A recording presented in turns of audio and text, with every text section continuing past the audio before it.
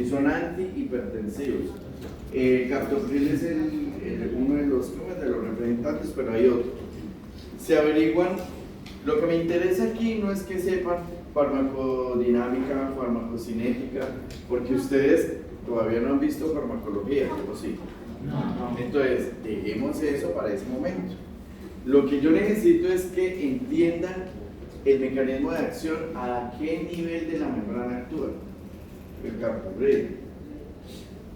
El captopril actúa a nivel de una estructura que es composición de la membrana citoplasmática. ¿Captopril a qué nivel actúa? ¿Cómo? ¿Captopril a qué nivel? Mecanismo. Sí, mecanismo biomolecular. Mecanismo biomolecular. Hasta ahí entendido, ¿cierto? Sí. Ahora, el segundo módulo, o sea, la quinta semana, sería soma. Entonces, nos toca preguntar, ¿saben por qué? Porque el semestre pasado así era el orden. Y de repente Bucaramanga dijo, no, yo no sé si tú te diste cuenta, ¿qué era? Primero era neurología y luego sistema nervioso, luego vino Respiratorio. no. Sí, el semestre pasado, o sea, venía soma y lo cambiaron por sistema respiratorio. Por el Soma lo vimos en el segundo. Ese es el mismo del semestre pasado. Venía sistema nervioso y de repente llegaron y comenzaron a dar genitulinario. Que a mí me pareció tan curioso, oye, pero ¿qué tiene que ver? Pero bueno, no, tiene que ver mucho. Entonces, esto lo vamos a dejar en stand-by. Yo le averiguo con el doctor Cristian si sigue si sigue soma o si sigue genitulinario. No va a hacer que nos vayamos por diferentes caminos. Entonces, ¿quién es el líder? Me mandas ahorita a terminar la clase o una vez averiguar el tema del segundo módulo.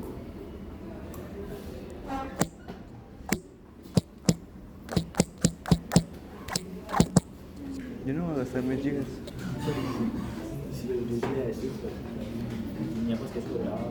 Sí. No. ¿De quién es? Ah, sí, también. No, es de... Bueno, miren, lo que vamos a ver hoy se llama comunicación celular y se llama regulación. Y el caso clínico que ustedes lo van a investigar, les voy a dar al final una orientación, pero ustedes me lo investigan bien, lo estudian.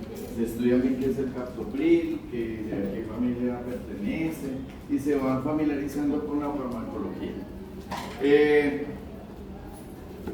Cuando hablamos de comunicación celular, tenemos que dividir la comunicación celular dentro de una célula y fuera de ella, ¿cierto? Y tenemos que entender que durante la evolución, las células partieron de ser unicelulares y comenzaron, a medida que la evolución fue dando sus pasos, se convirtió o nos convertimos de organismos unicelulares en multi y pluricelulares, o sea, de unos organismos muy simples a unos más complejos. Sin embargo, desde ese momento, cuando apareció esa unidad celular, que es una unidad viva, tenía necesidad de comunicarse con el medio interno y con el medio externo, tenía necesidad de saber cómo estaba funcionando y qué era lo que pasaba en su entorno. Generalmente una célula procariota vive en un ambiente líquido que tiene influencia de medios como por ejemplo químicos, de factores químicos y factores físicos. Los factores físicos son por ejemplo la luz, la temperatura, la presión atmosférica y los químicos todo lo que le rodea. O sea, si una célula procariota está en un ambiente líquido, pues lógicamente hay sustancias orgánicas, inorgánicas que van a hacer interacción con la estructura que ya la conocemos, la estructura biomolecular de la membrana, que es la bicapa fosfolipídica, y con todos sus otros integrantes, y lógicamente va a haber una reacción por parte de la célula hacia ese entorno. Entonces, el entorno interno que es lo que vamos a analizar, sería la comunicación interna intracelular, tiene mucho que ver con qué estructuras. Sabemos que una célula, si agarramos ya una más compleja para que nos quede mejor ilustrado y entrar en el tema, es una célula eucariota es mucho más organizada, tiene su núcleo definido, tiene organizado su material genético, tiene membranas que van a hacer compartimientos para todas las organelas, tiene una membrana citoplasmática y es mucho más compleja que una procariota. Entonces, ¿de qué manera ustedes se imaginan que puede haber una comunicación intracelular? ¿Para qué esa comunicación intracelular? ¿Y cómo se regula esa comunicación intracelular? A ver, ¿qué opinas? Entre los organelos. ¿Ah? Entre los organelos. Habla duro. Entre los organelos. Entre las organelas, pues lógico, si la célula se compone de núcleo, un citosol con todos sus componentes y una membrana citoplasmática, se necesita saber allá en la membrana citoplasmática cómo está funcionando el núcleo y se necesita saber cómo funciona el resto de organelas. A veces nos imaginamos una célula como que, como aquí está el núcleo, aquí está el aparato de Golgi, aquí está el retículo endoplásmico o endoplasmático, aquí está el lisosoma, aquí hay una endocitosis y aquí hay una mitocondria. Pero resulta que la cosa no es así de estática. Lo pensamos así, no estén mirando celulares, por favor. Nosotros nos tenemos que ver la película completa. ¿Y la película completa cómo es? Que el núcleo, ¿para qué nos sirve el núcleo? ¿Cuál es la función del núcleo? Contener el material genético. El material genético, pero ¿para qué nos sirve eso? El material genético codifica las proteínas. Es el sustrato que nos permite crear proteínas, correcto. ¿Qué más? Guía la célula. ¿Cómo? Regula la función de las organelas. ¿De qué manera? Hay señalización. ¿Pero de qué? ¿Cómo así? Ustedes leyeron sobre esto, entonces tienen la idea. Imagínense, en el núcleo ¿qué hay? En el núcleo hay ADN, ARN mensajero y ¿qué más hay? Eso es lo que hay, pero están contenidos en ¿qué? ¿Cómo es eso? ¿No? ¿Cómo? Histonas. Hay cromatina, bueno, sí, eso es cuando está... Hay nucleolos, ¿qué más?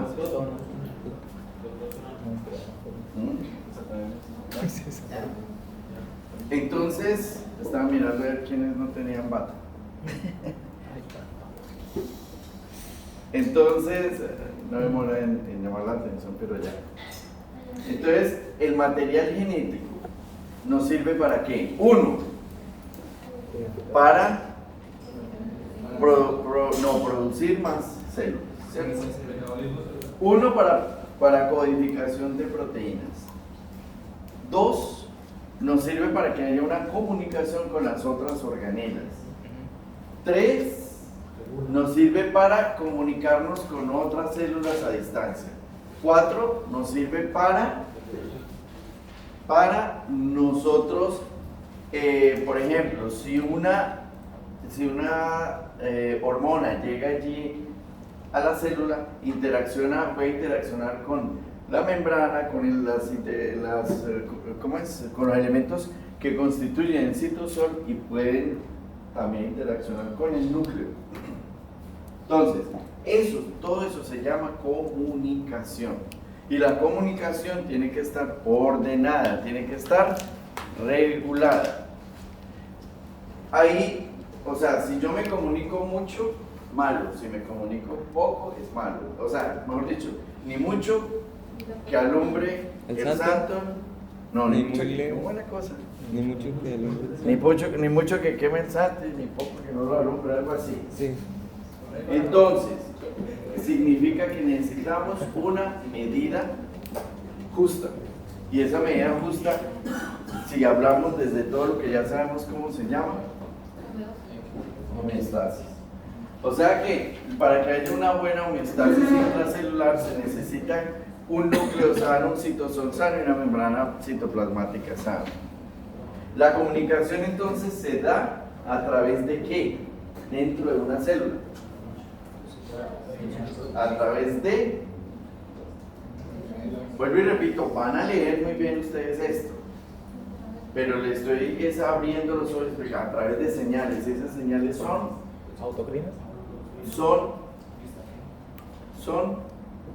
¿qué es lo que le da a uno la señal? Por ejemplo, el núcleo, ¿cómo se señaliza con el retículo endoplasmático rugoso? ¿Cómo? Por medio de los ribosomas. Por medio de transmisión, señales, pero ¿qué? ¿Qué es eso? Si usted lo va a visualizar, lo va a contextualizar, ¿qué es eso?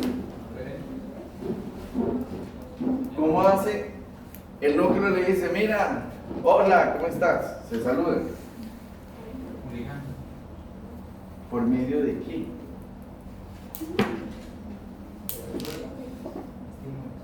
Si no entienden esto, cuando estén leyendo el texto, no se les va a quedar. ¿Por medio de qué se señaliza, se transmite, se comunica el núcleo con el resto de organelas? ¿Cómo? Podría ser por ahí neurotransmisores, pero sabemos que los neurotransmisores son entre una célula y otra. Pero ¿qué es un neurotransmisor? ¿Pero qué es? Es una molécula. Entonces, por medio de moléculas se va a interaccionar, se va a comunicar el núcleo con las demás estructuras que conforman la célula. Entonces, ¿de qué manera? Y ahora imagínense el núcleo. Si el núcleo, ¿qué es lo que produce? ¿Qué es lo que hay? ADN, ARN mensajero, hay nucleolos, hay túbulos y hay una matriz, hay unos túbulos que comunican ese material a través de unos poros hacia el citosol. Entonces, de esa manera es que explicamos cómo viaja un ribosoma que se crea allí en el núcleo de los nucleolos y va a dar ¿a dónde? A través de sus conductos y se va a ir al citoplasma. ¿Y a qué estructura del citoplasma? Se están distrayendo atrás. ¿A qué estructura del citoplasma? Al retículo endoplasmático rugoso. Esa comunicación es comunicación y a la vez es regulación. ¿Por qué? Porque resulta que el retículo endoplasmático rugoso dice, mira, se me acabaron los ribosomas. Entonces hay moléculas que avisan al núcleo y dicen, miren, necesitamos ribosomas. Y esos ribosomas viajan a través de conductos o canales o microtúbulos a través de microporos. Pero ¿de qué están compuestos los microtúbulos y los microporos? De moléculas. ¿Cuáles moléculas? Proteínas. Y esas proteínas, cuando ustedes estudian biología molecular mucho más profundo, se dan cuenta que esas moléculas son trihexámeros, hexámeros, son con una composición cuaternaria, que reaccionan, por ejemplo, ¿a qué? Al acercamiento del ribosoma, y reaccionan y se abren o se cierran. Y la polaridad de esos canales cambia. Entonces, pasó la comunicación así. Ahora, ¿de qué manera, o mejor dicho, de igual manera se va a comunicar una organela, cualquiera que fuere, con el núcleo, con otra organela y consigo mismo? Esa es la comunicación celular que deben entender. La comunicación celular se realiza a través de sustancias, de moléculas, pero también tiene que ver con estructuras complejas. Por ejemplo, el microtúbulo es una estructura compleja. Cuando llega al citosol, imagínense, no el citosol, allá está la vacuola, como en un río y en un mar, y allá está el lisosoma. No, imagínense que eso son autopistas. Las autopistas que son estructurales y que son de sostén en el citoplasma o en el citosol, ¿qué es? Citoesqueleto. Del citoesqueleto. ¿Y el citoesqueleto de qué está hecho? Microtúbulos. Exactamente, son polímeros hechos de aminoácidos, que forman la elastina, hay microtúbulos, y esos microtúbulos no solamente es el citoesqueleto, sino que también es comunicación dentro de la célula. Y esa comunicación por fin llega a la superficie. Y en la superficie tenemos una estructura que ya la conocemos muy bien, que es la capa lipídica con sus proteínas integrales, transmembrana y sus periféricas, y con su glicocáliz. Bueno, pero ¿para qué todo eso en el techo? ¿Para qué? Ya sabemos, parte de la verdad, ¿no? Las proteínas transmembranas nos forman canales, bombas. Y resulta que nosotros conocemos unas poquitas bombas. ¿Cuáles son?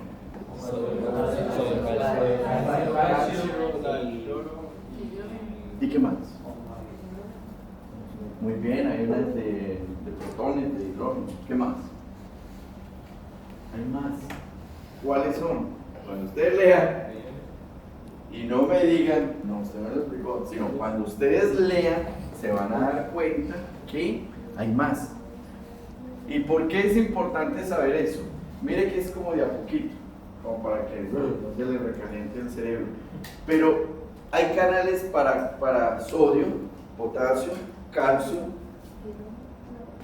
para hidrógeno hay, Cloro. para fósforo no, cloro, muy bien, cloro. ¿Qué más hay? Hay canales para el agua, hay canales sí, para la glucosa, hay canales para gases. Sí, que hay unos que son con utilización de energía y otros que no. Pero resulta que la célula es chismosa, pero es chismosa dentro de sí, pero dice, no, el chisme tiene que importarse. Entre otras cosas, a nivel de esos canales, en el núcleo, por ejemplo, hay unas que se llaman importinas, proteínas importinas y proteínas importinas y exportinas. Entonces, mire el maravilloso mundo que es la comunicación intracelular. Pero como ya les decía, es muy chismosa la célula. ¿Qué tiene que hacer la célula para...? No más, se va a quedar con el chisme aquí. Entonces, ¿qué dicen? Imagina que hay 28. Bueno, vamos a contarle. ¿Cómo usted le cuenta? Dicen, no, ese profesor yo creo que le dieron una paliza anoche, vea. Pero usted tiene que contarle. Y tiene que hablar el mismo código. Porque si yo le digo, no, смотрите, вчера он ударился там головой. И поэтому он сегодня пришел таким образом. ¿Me entienden, mi papá? O por ejemplo, es el asamático, el ajim, el abahaya, el raya, hayete, el asilet, si yo no les digo con este lenguaje, con esta terminología, que ustedes ya acostumbraron su cerebro, entonces no van a entender. Entonces, el chisme hacia otros individuos, hacia otras células, ¿cómo sería? También lo mismo. Si hay sustancias dentro de la célula, tiene que haber sustancias que van y vienen. Pero, ¿de qué manera? Cuando a usted le llega una llamada y tiene uno que marcar un número específico, y ese número es un número de bits, por el cual, por ejemplo, 301-747-0249, listo. Si llega la llamada, es porque usted marcó el código correcto y le viaja. Si no, no. Si usted no pagó la renta, igual. Si se le descargó el celular, igual. Entonces es lo mismo. Entonces, esas sustancias que son, denominan mensajeros. Y esos mensajeros también le dicen, se van a componer a nivel de la célula, de un receptor y de un ligando. Perfecto. Receptor y ligando. ¿Y qué son ellos? No es nada más que proteínas. O puede haber un ligando modificado, un receptor modificado por medio de un carbohidrato. Serían las glicoproteínas o glicolípidos. Resulta que para que se comunique bueno, y hay primeros mensajeros y hay segundos mensajeros. Para terminar esa partecita. ¿Qué es un primer mensajero y qué es un segundo mensajero en comunicación celular? ¿Qué opinan ustedes? El primero es donde sale Donde la llega la información, información. como la información inicial. Ajá. Por ejemplo, el Está tibio. Por ejemplo, Es donde, núcleo, pues, el que envía la información es donde tiene que llegar. Está tibio. Estoy como Más puede ser caliente. ¿Ah? ¿Cómo? ¿Dónde se localiza el primer mensajero? Mejor dicho, para que les quede más claro. ¿En la? ¿Cuál capa? En la capa lipídica, correcto. ¿En qué parte? En el techo, en la parte de abajo, a los lados, en el centro. afuera. Podría ser transmembranal. Transmembrana. Afuera en el pecho. Afuera primordialmente. Pónganle cuidado por acá. Afuera primordialmente. Ahora, entonces, ¿qué es el primer mensajero? Ya con esa pista.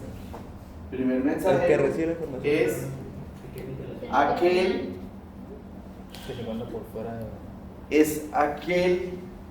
mejor dicho, el primer mensajero se puede denominar como la unión del receptor con un ligando. ¿Y qué va a pasar? Si ambos son proteínas, ¿qué va a suceder con ellos? Se encontraron. ¿Cuáles son los requisitos para que un mensajero y un ligando y un receptor funcionen? Pónganle la lógica.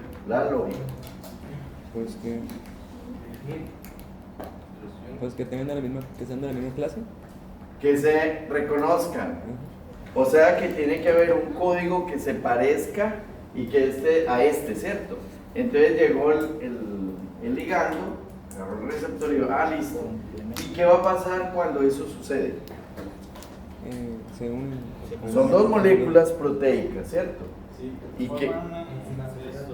Una reacción. Muy bien, hay una reacción. ¿Y esa reacción cómo es? Segundo mensaje. Generalmente la reacción es, ¿se activa o se inactiva? O sea, hay una reacción, recuerden que son moléculas. Y las moléculas generalmente están hechas ¿de qué? De aminoácidos. Los aminoácidos, ¿cuál es la composición de los aminoácidos? Grupo amino. Con un grupo amino, El grupo carbono, carboxilo. y oxígeno, hidrógeno. Entonces, ¿qué va a pasar con eso? Imagínense usted, es como si agarrara dos imanes y usted los colocara. Hay una reacción, en ese caso de que se repelen. Entonces lo mismo allí, hay alguna cosa, se voltea una molécula, hace una levogiración, dextrogiración, o se pliega o se descompone. Eso es lo que sucede con esas moléculas. Y esas moléculas están haciendo una reacción electroquímica que llevan a una acción que va a llevar a una reacción.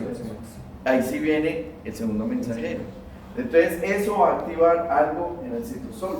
Y ese citosol ya según ese algo, esa sustancia se va a convertir en el segundo mensajero. ¿Y cómo riega el chisme ese segundo mensajero? Ese dice, mire, ahí se agarraron. Allá dijeron hagamos quiz y después dijeron no lo hagamos. Y luego dijo el profesor, hagamos. ¿Entendieron? Y ese segundo mensajero riega el chisme ¿dónde? En todo el citosol hasta entrar al núcleo. ¿Y de qué manera? Lo mismo. Una molécula interacciona con otra y todo. Eso es muy complejo. El segundo Profe. mensajero está en el citoplasma. Está en el citoplasma. Y hay algo curioso. Por ejemplo, así ¿quién funciona? Ustedes, hay una regulación, bueno, antes de pasar a eso, ¿cómo se comunica? ¿Esto qué es? Es el citoplasma y este es el otro citoplasma. Y miren las cantidades de uniones que hay entre esta célula y la otra, pero estas uniones son uniones estrechas, que se llaman uniones, ¿qué? Gap. Son uniones muy densas. ¿Y que esas uniones qué son? ¿Esto azulito qué es? Desde el punto de vista bioquímico. Transmembranal. Proteínas. Y son transmembranales. Mire. Y miren lo que pasa. Se abren y se cierran. Se activan y se desactivan. Doctor, lo de... Ay, perdón. Lo del ligando sustrato, lo del ligando receptor funciona de la misma manera como una enzima sustrato. Es que ya las funciones difieren. Unos son para activar cosas, otras tienen un efecto enzimático, unas pueden ser neuromediadores, de acuerdo a la célula donde estén. Entonces miren lo que sucede aquí. Sí. Tenemos un conducto que se pega, o sea, un citoplasma, o sea, una célula con otra. Y miren cómo se pegan por esas uniones GAP. Entonces eso es rápido. Ahora, ¿en qué sitios, ahí nos toca es aprender, en qué sitios nosotros tenemos las uniones GAP? El doctor Solano viene para acá ahorita para hablar con ustedes cuando terminen la clase. Necesito que se 12:40. por favor, porque el encuentro combate nos pega la tercera nosotros. A las 12:40. Termino, ¿sí? Miren esa hora. Sí. Entonces, ¿sí ven? Cuando el río suena es porque la orquesta se Cuando no era, porque se llega algo así. Entonces, esas uniones GAP son un tipo de unión que lo que nos va a hacer es que Entonces, esas células Papi, vaya, ¿en otros pesos? o hay otros. depende del tipo, por eso lo que hay que identificar, no todas las células, Ese que es, ¿no? pero ¿dónde está ese tipo de células? ¿Dónde creen ustedes que la unión tiene que ser tan estrecha? En el músculo cardíaco hay células GAP. Hay una en la piel, sobre todo, predominantemente en piel. O sea, también como le dicen a eso, desmosomas. También hay hemidesmosomas, ¿se acuerdan? Hay desmosomas y hemidesmosomas. Mire, entre el gaitón y el gano está mucho mejor explicado. Estas son imágenes del gano. Está mucho mejor explicado en el gano que en el gaitón. Bien, aquí lo han dicho, súper. Entonces, ¿qué es lo que quiero que entiendan? Que son muy estrechas, que es de tejidos como por ejemplo la piel, y que son como un canal con otro, y que es proteico. Y cuando es proteico tiene, vuelvo y repito, la configuración cuaternaria, tridimensional, y fuera de eso son móviles, porque ellas por acción del cambio del medio ambiente que los circunda o intracelular va a haber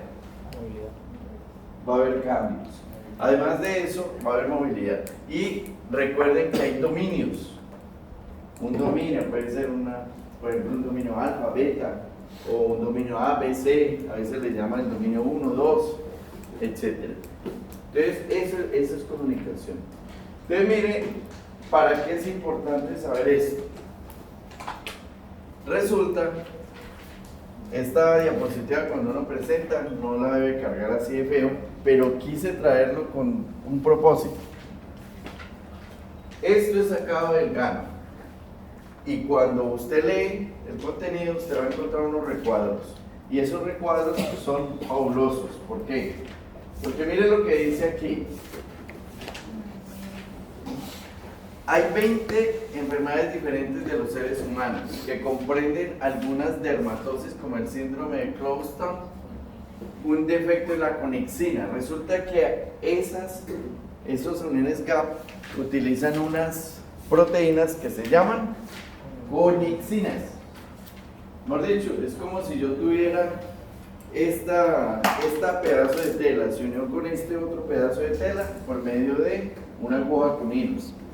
Entonces el hilo es una conexina, el hilo.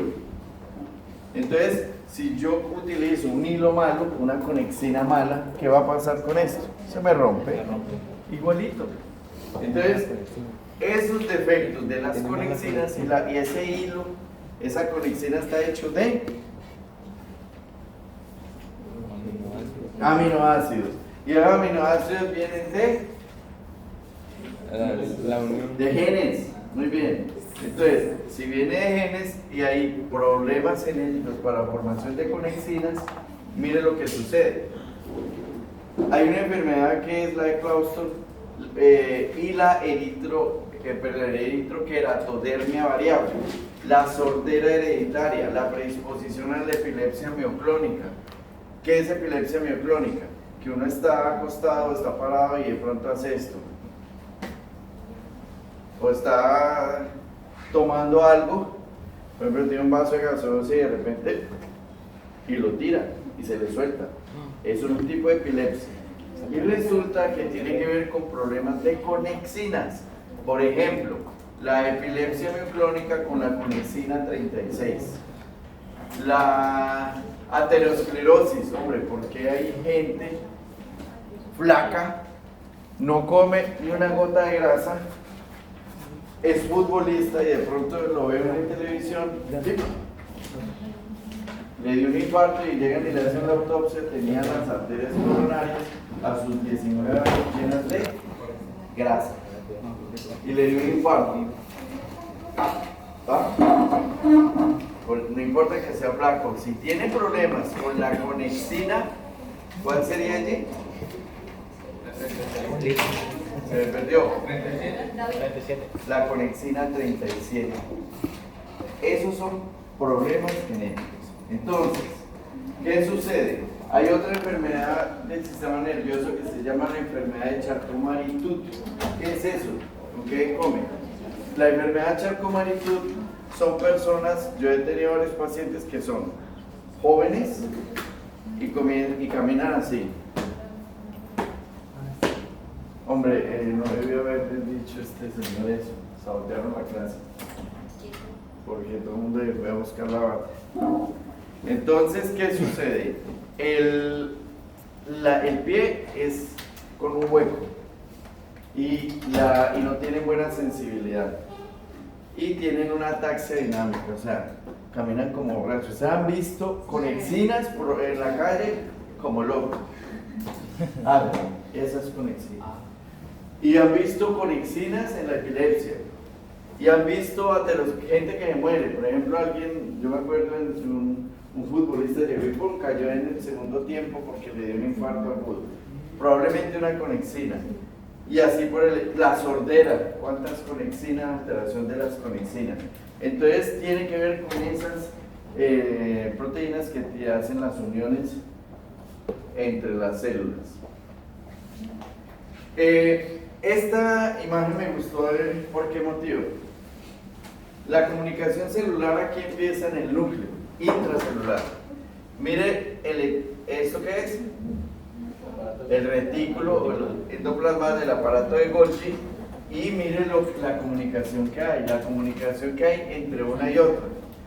Y luego mire el tipo de comunicación que hay por medio del transporte de líquido, que es de vesículas. Entonces, ¿cuál sería? Secreción regulada, una secreción constitutiva, y hay un reciclado. Entonces, mire cómo esto es dinámico. Eso no se queda quieto. ¿Comprende? Ahora, la comunicación celular y la regulación, vuelvo y repito, van de la mano. Un ejemplo, antes de pasar a esta, es cuando nosotros tenemos, ya sabemos que hay receptores y vienen ligando. Si hay mucho, mira la regulación como es, si hay mucho ligando para ese receptor, ¿qué pasa con los receptores? Se saturan. No, hay mucho para hay mucho ligando para ese receptor. Algo que sucede, ¿cierto? ¿Ah? Puede suceder que disminuya, o puede ser que se sature, o puede ser que aumente. Eso depende de las necesidades fisiológicas y de qué necesita el organismo. Es complejo. Eso se llama regulación en ascendente y regulación en descendente. Tomen nota, leer y entender regulación en ascendente y regulación en descendente. Ustedes tienen el gano, ¿no? El Guyton. Gano. Van a leer del Guyton y van a leer del gano ese pedacito aunque sea, ¿sí? Eso lo bajan, yo lo haré por internet, eso baja. Descendente. Regulación ascendente y descendente, por ejemplo, los ligandos. Bueno, resulta que esas uniones forman conductos o canales. Y hay enfermedades, hay más de 600 enfermedades ocasionadas por daños a nivel de canales del núcleo. O sea, problemas con el núcleo que tienen que ver de origen, ADN, ARN, mensajero, etc. Pero cualquier organela puede ocasionar una enfermedad. Hay enfermedades mitocondriales, hay enfermedades por conexinas, como ya vimos, hay enfermedades, como en este caso, por conductos, problemas de conductos, o sea, canales, o se llama conductopatía o canaliculopatía. También hay enfermedades que tienen que ver con los ribosomas, con los lisosomas, etc. ¿Vieron todo lo que hay? Lo que pasa es que las más severas enfermedades, ¿cuáles serían? Las del núcleo y las de la mitocondria. ¿Por qué? Claro, eso es terrible. Y mire las conexinas, produce enfermedades, entre otras cosas. Esa enfermedad es latente, pero se van a manifestar. Por ejemplo, hay una epilepsia que se llama epilepsia mioclónica juvenil. El solo hecho de decir juvenil, ya sabemos que le da a los 14 años, a los 15 años, a los 16 años que tienen. ¿Y qué hecho ocurre a esa edad? Desarrollo. La pubertad. Entonces, la epilepsia mioclónica juvenil tiene relación con los cambios hormonales, o sea que esas señales hormonales de muchos andrógenos, de muchos estrógenos, agarran estos canales y me los alborotan y comienzan a trabajar mal. Entonces, si trabajan mal, comienza a trabajar mal ¿cuál sistema? En caso de la epilepsia mioclónica, el sistema nervioso. Entonces la persona llega y va por la calle, se encuentra con alguien, lo saluda y le parece que ha vivido esa situación antes. Eso se llama un déjà vu. El déjà vu nos ocurre a todos, tranquila. Pero cuando ocurre con movimientos mioclónicos, eso es epilepsia mioclónica juvenil, usted hace un electro y encuentra alteración del lóbulo temporal. Y si le hace una resonancia, donde se hacen bien las resonancias, entonces le encuentran una esclerosis mesial del lóbulo temporal, o un tumorcito, un astrocitoma, etc. Una esclerosis. Entonces miren lo que sucede. Un tumorcito. Las conductopatías incluyen enfermedades de diversa índole que afectan células excitables como neuronas y músculos y no excitables. Por medio de técnicas genéticas moleculares se ha podido identificar que muchos de los defectos patológicos de estas canaliculopatías o conductopatías provienen de mutaciones en conductos de un solo ion. Por ejemplo, mire este ejemplo que por acá ya lo dijeron hace rato. Si hay alteración de los canales para el cloro, ¿qué enfermedad aparecería? Podría aparecer enfermedad fibroquística del pulmón. Mire por ejemplo esta. Si hay alteración de la subunidad del conducto del potasio, puede aparecer hipotermia maligna. Resulta que esas proteínas tienen nombres. En este caso están hablando de la rianodina. que tiene que ver con la conductancia del calcio. Entonces, miren lo profundo que es eso y miren lo poquito que nosotros tocamos. ¿Entienden? Esto nos ha permitido, imagínense que en 1900, a ver, esto es de 1960 para acá, en el año, hay un científico que se llama Martin Corbett, que ganó el premio Nobel precisamente en el año 2007 y se lo ganó por explicar todo eso. ¿Y para qué nos sirve saber eso? Primero, explicación de enfermedades y segundo, ¿por qué cree que está preguntando el captopril?